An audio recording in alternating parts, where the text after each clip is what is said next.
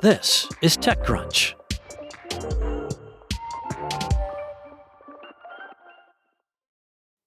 Well, on Tuesday, Nvidia AI chip competitor Etched issued a progress report after TSMC successfully manufactured its chip earlier this year.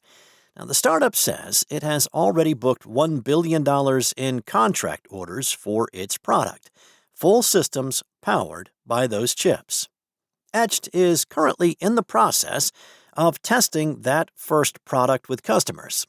It calls these systems Frontier Inference Clusters, bundles that include the chips along with custom-designed racks and software, all built to help frontier models run inference faster, more cheaply, and with better power efficiency than rivals. At least that's what Etched claims. Inference is what happens after a user submits a prompt.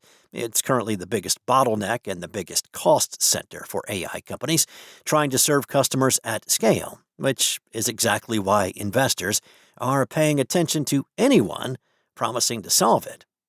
Etched was founded back in 2022 and revealed that it has now raised a total of $800 million to date.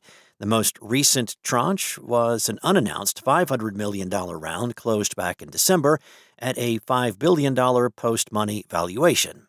The startup has attracted a notable group of investors, including Venture Tech Alliance, Jane Street, Hudson River Trading, Two Sigma, Ribbit Capital, and Stripes, who led the $500 million round. It has also secured angel investment from AI heavyweights, including Andre Karpathy, Jeffrey Hinton, Fei-Fei Li, Arthur Mensch, and Scott Wu. The cap table also includes billionaires Stanley Druckenmiller and Peter Thiel. Although the startup's press release frames Tuesday's announcement as Etched coming out of stealth, co-founders CEO Gavin Uberte and President Robert Walken have actually been talking to TechCrunch about their chip plans since 2024.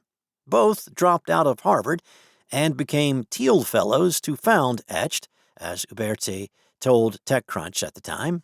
By 2024, Etched was already on investors' radars, having raised more than $125 million.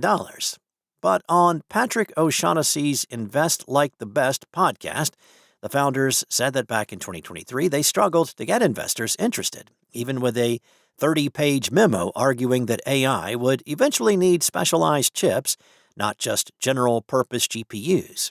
Every major investor they pitched passed. The company was reportedly operating month to month, close to running out of cash in those early days. Today's funding environment looks like a different planet by comparison. Investors are chasing everything AI-related, especially chip technology that speeds up inference. Competitor Cerebras had the first breakout IPO of the year, while AI chipmaker Grok just raised $650 million. Hyperscalers Amazon, Google, and Microsoft all build their own in-house AI chips. Even OpenAI just announced its first custom chip, built by Broadcom. Indian serial entrepreneur Bhavin Turakhia is making a $30 million personal bet that there is still room for another enterprise AI company. His new venture, Neo, is built on a simple premise. Workplace software designed before the AI era cannot simply be upgraded with chatbots. It has to be redesigned from the ground up. The 46-year-old Turakhia is no stranger to ambitious enterprise technology bets. Over the past 2 decades, he has co-founded companies like Directy, Radix, Titan, and bank software firm Zeta, largely backing them with his own cash before bringing in outside investors. And he's doing the same with Neo. Turakhia told TechCrunch he is bootstrapping this much money because he believes AI marks a technology shift significant enough to justify rebuilding workplace software from scratch. He said, if you want to build an iPhone, you can't take the parts of a Nokia and somehow convert it into an iPhone.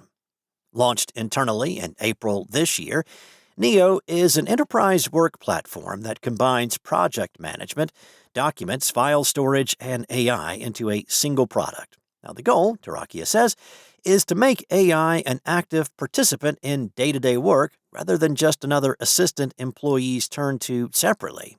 Turakhia argued most incumbents face a structural disadvantage when adding AI to products designed before generative AI.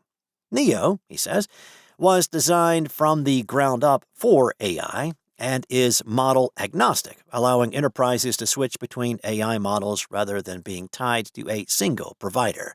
Now, he is not alone in thinking this way. But still, Turakhia's bet comes as enterprise AI has emerged as one of the most competitive areas in technology. Microsoft, Google, and Salesforce are embedding AI across their workplace software. Meanwhile, every startup, from the giant labs like Anthropic and OpenAI to the productivity companies like Notion and Superhuman, are racing to reshape how businesses use AI in their daily workflow. Turakhia argued, enterprise software has never been a winner-takes-all market, saying even a small share of global enterprise AI spending would represent a sizable company. For the past couple of months, Neo has been in internal use across Turakhia's companies, including Zeta. The company plans to begin rolling out the software to mid-sized businesses in the coming months, initially targeting knowledge workers across technology, consulting, and professional services firms. Turakhia said Neo's initial platform was built in 3 months, with AI extensively used in the development process, work he estimates would have taken more than a year with a much larger engineering team before generative AI. The Bengaluru-based startup currently employs about 45 people, including 18 engineers, and he told TechCrunch that it expects to grow to around 100 employees by the end of the year, with most new hires focused on AI and software engineering. That's all for now. For the latest in tech news, go to TechCrunch.com.